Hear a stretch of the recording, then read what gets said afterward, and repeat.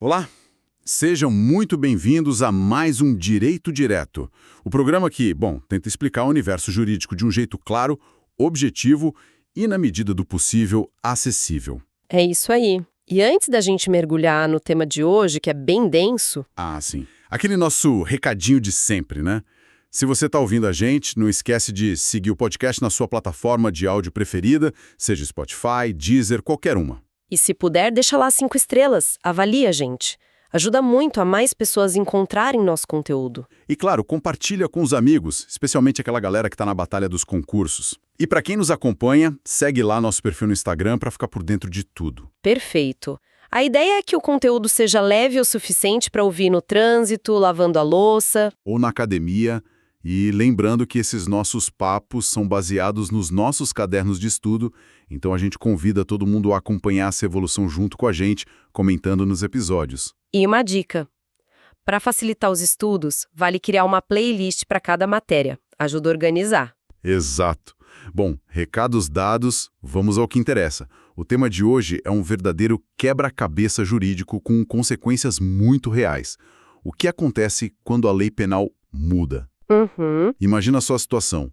Alguém comete um crime hoje, mas antes do julgamento, o Congresso vai lá e aprova uma lei nova que muda a pena para aquele crime. E aí? Qual lei o juiz vai usar? A antiga ou a nova? Exatamente. Hoje a gente vai mergulhar nas fontes para entender como o direito brasileiro desata esse nó da sucessão de leis no tempo. E olha, é um nó fascinante, porque a resposta mexe com um dos princípios mais importantes da nossa Constituição. A regra geral, assim, à primeira vista, até parece simples. Que é a lei do dia do crime, certo? Exato.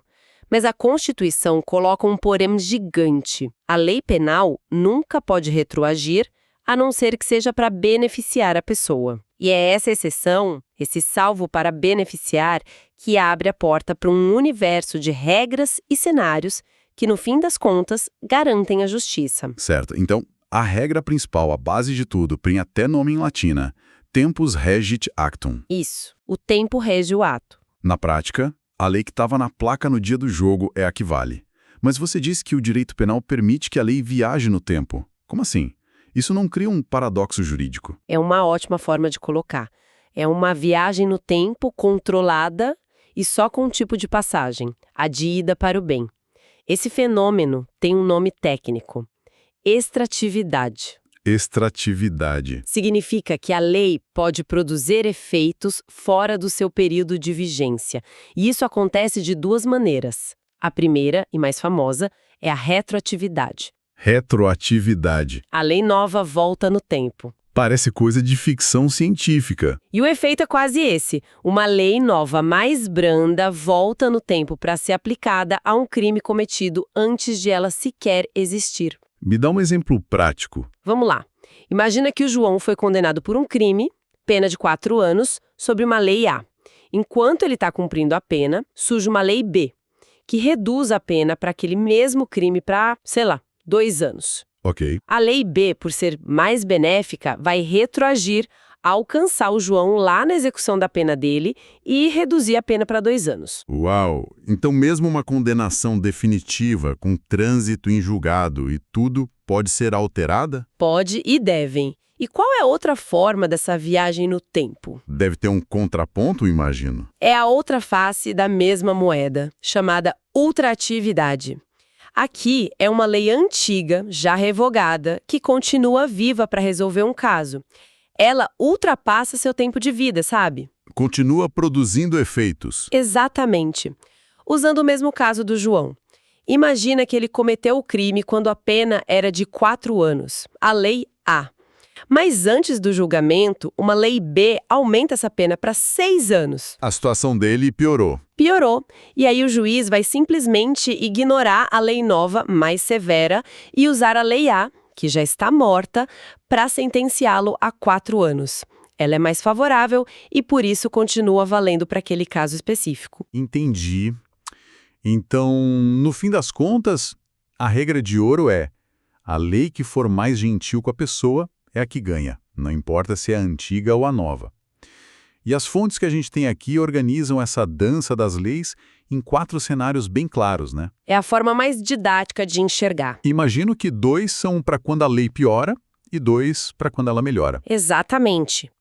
Começando pelos casos em que a porta do tempo fica trancada.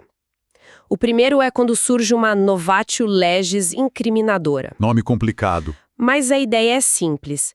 É uma lei que cria um crime que não existia. Digamos que amanhã vira crime usar chapéu verde na rua. Essa lei, obviamente, nunca pode ser usada para punir alguém que usou um chapéu verde hoje. O que faz todo sentido.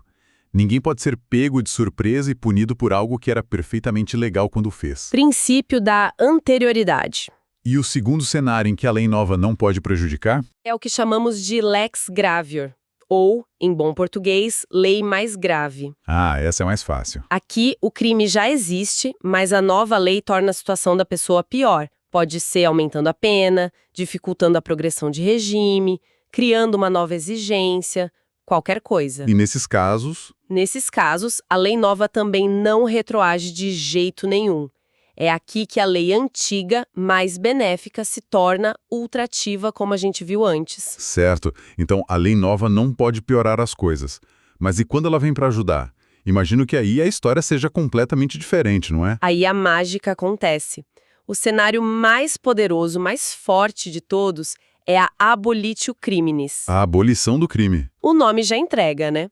Uma lei nova simplesmente diz que aquilo não é mais crime. A conduta se torna lícita, deixa de ser crime. Essa é a retroatividade em seu nível máximo. E o que ela faz? Ela volta no tempo e apaga a punição de todo mundo, não importa a fase. Se a pessoa está sendo processada, o processo acaba. Se já foi condenada e está presa, é solta na hora. O efeito é fulminante. E o que leva uma sociedade a abolir um crime? Isso parece uma mudança muito drástica. É um reflexo da evolução dos costumes. Essa regra não é uma mera tecnicalidade.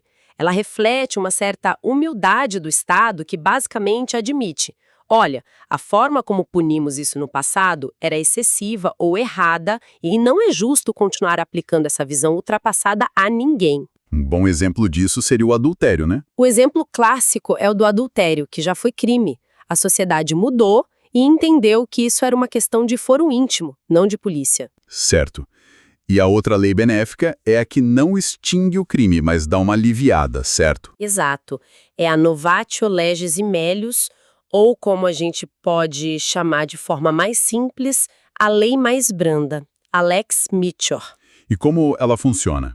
Aqui o fato continua sendo crime, mas a lei nova melhora a situação de alguma forma, diminuindo a pena ou eliminando alguma condição pior.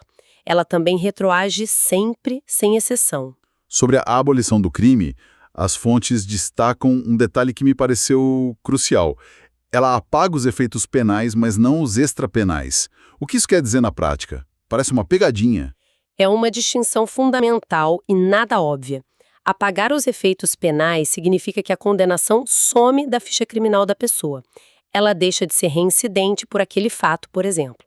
A punição do Estado desaparece. Ok, a parte criminal some. Porém, se aquela condenação gerou uma consequência fora da esfera criminal, como na área civil, essa consequência pode permanecer. Como uma obrigação de pagar indenização? Perfeito.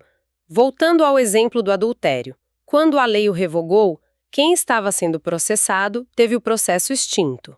Mas imagina que, além do processo criminal, a pessoa também foi condenada num processo cível a pagar uma indenização por danos morais ao ex-cônjuge. Certo. Essa obrigação de pagar a indenização, que é um efeito civil, não foi anulada pela abolição do crime. O dever de reparar o dano continua existindo. Ok, o tabuleiro está montado. Mas as fontes trazem umas situações que parecem verdadeiros testes de estresse para essas regras. Por exemplo, em crimes que se arrastam no tempo. Ah, sim. E se o crime não for um ato único, mas, sei lá, um sequestro que durou semanas, e bem no meio dele, a lei que define a pena para sequestro muda e fica mais pesada? Essa é uma das grandes questões. Para esses casos, os chamados crimes permanentes ou continuados, os tribunais superiores criaram uma regra de ouro, que a gente chama de súmula 29. Uma súmula para resolver a briga. Exatamente. Funciona como um atalho para acabar com a discussão. A súmula 711 do Supremo Tribunal Federal diz que, nesses crimes, a lei a ser aplicada é aquela que estiver em vigor quando a atividade criminosa terminar. Quando termina. No caso do sequestro, no dia em que a vítima é libertada. Peraí, isso só é injusto. Quer dizer que se o sequestro começou sob uma lei com pena de 10 anos e no último dia antes da libertação a pena sobe para 30, a pessoa pega 30? Pega 30. Mas isso não contradiz totalmente a ideia de que a lei não pode retroagir para prejudicar? É uma objeção muito pertinente e que parece quebrar a lógica que a gente vinha construindo. Mas o entendimento dos tribunais é de que, tecnicamente, não se trata de retroatividade. Como não? A lei mais grave está voltando para alcançar um ato que começou antes. A justificativa é que o crime de sequestro foi praticado a cada segundo em que a vítima esteve em cativeiro. Isso significa que ele também foi praticado no dia em que a lei mais grave entrou em vigor. Ah, então o ato continuou acontecendo sob a nova lei. Exato. Então, aplica-se a regra geral do tempus regit actum. O tempo do ato é considerado também o último dia do crime. É uma interpretação dura, sem dúvida, mas que visa dar eficácia à vontade mais recente da sociedade, expressa na nova lei. Entendi a lógica, embora seja bem contraintuitiva. Outro desafio. E se a lei nova for mista? Ela melhora um aspecto, mas piora outro. Acontece bastante. O juiz pode ser criativo e montar uma lei Frankenstein, pegando a parte boa da lei nova e combinando com a parte boa da lei antiga? Essa pergunta é ótima, porque a resposta dos tribunais é um sonoro e definitivo não. Não pode? Proibido criar o que a gente chama de lex tertia, uma terceira lei que não existe. O juiz não pode agir como legislador. E o que ele faz então? A orientação, que está em outra súmula, a 501 do Superior Tribunal de Justiça, é clara.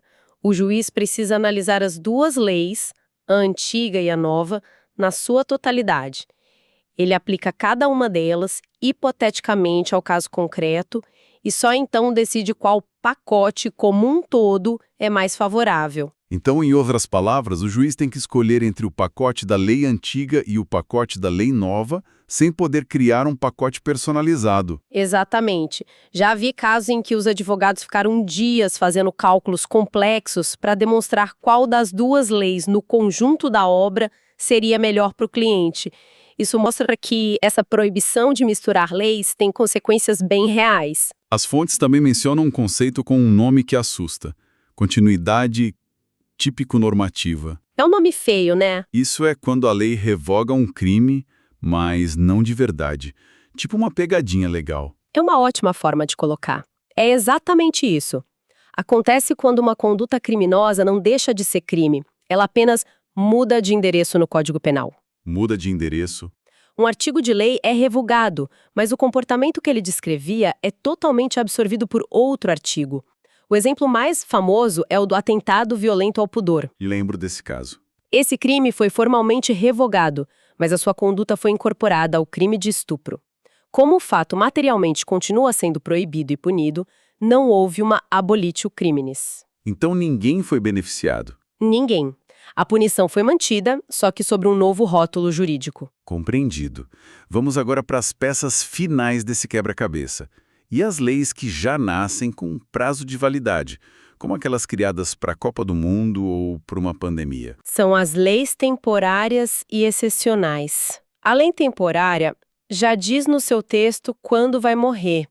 Esta lei vale até 31 de dezembro. A excepcional dura enquanto a situação anormal existir, tipo uma calamidade. E qual a particularidade delas? Elas têm uma característica única prevista no próprio Código Penal. Elas são ultrativas, mesmo que sejam prejudiciais. O que isso significa? Elas continuam valendo mesmo depois de mortas. Sim? Elas continuam sendo aplicadas aos fatos que aconteceram durante sua vigência, mesmo depois de o prazo delas ter acabado. É um mecanismo para garantir que elas funcionem. E por que isso? Se não fosse assim, seria muito fácil burlar a lei, né? O criminoso cometeria o ato no último dia de vigência da lei e esperaria o dia seguinte para se safar, pois a lei já teria morrido. Essa regra garante que a lei tenha efeito prático. Faz todo sentido. E, na prática, se uma lei nova mais benéfica surge e a pessoa já está cumprindo pena, quem é o responsável por aplicar esse benefício?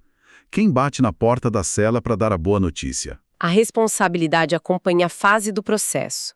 Se o caso ainda está com o juiz de primeira instância, é ele. Se está em recurso, é o tribunal. Mas a situação mais importante definida pela súmula 611 do STF... Que é quando já tem condenação definitiva. Exato. Nesse caso, a competência para aplicar a nova lei mais branda é do juiz da execução penal. É ele quem zela pelo cumprimento da pena e, portanto, é ele quem deve ajustar essa pena à nova realidade legal. Garantindo que o benefício chegue na ponta. A qualquer momento. E só para fechar a parte técnica, um ponto essencial que as fontes mencionam, para saber qual lei aplicar, precisamos saber exatamente quando o crime aconteceu. Certo. O Código Penal, no seu artigo 4º, adota a teoria da atividade. Isso quer dizer que o crime é considerado praticado no momento da ação ou omissão.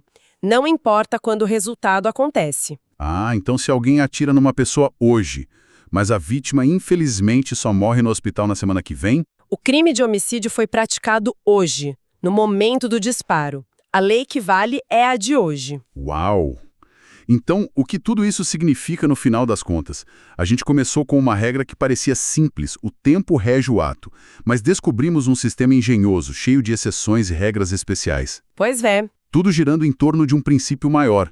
A lei penal só pode evoluir para beneficiar e nunca para punir com mais rigor fatos que a sociedade do passado via de uma forma e a do presente vê de outra, mais branda. Exatamente. O que a gente vê é a materialização da ideia de que o direito penal precisa acompanhar a evolução dos valores sociais, mas sempre com o viés de proteção da liberdade individual. A retroatividade da lei benéfica é, no fundo, uma das maiores garantias que o cidadão tem contra um poder punitivo que poderia se tornar arbitrário ou anacrônico. É o direito se adaptando aos tempos. É o direito reconhecendo que a sociedade pode e deve se tornar mais tolerante e aplicando essa nova tolerância até mesmo a fatos que já aconteceram. Perfeito. E para encerrar, as fontes nos deixam com uma questão para refletir. Ficou muito claro que uma nova lei benéfica retroage e pode mudar até uma sentença definitiva. Contudo, as fontes também afirmam que uma nova interpretação dos juízes sobre uma lei antiga, o que chamamos de jurisprudência, não retroage. Certo, essa é a regra. Isso nos leva a uma pergunta. Se uma mudança profunda na forma como os tribunais entendem um crime for tão benéfica quanto uma lei nova, por que ela também não deveria ser aplicada a casos passados em nome da justiça e da igualdade? Ou será que permitir isso criaria uma insegurança jurídica insuportável, onde nenhuma condenação seria verdadeiramente final? É uma excelente questão. Fica aí a reflexão.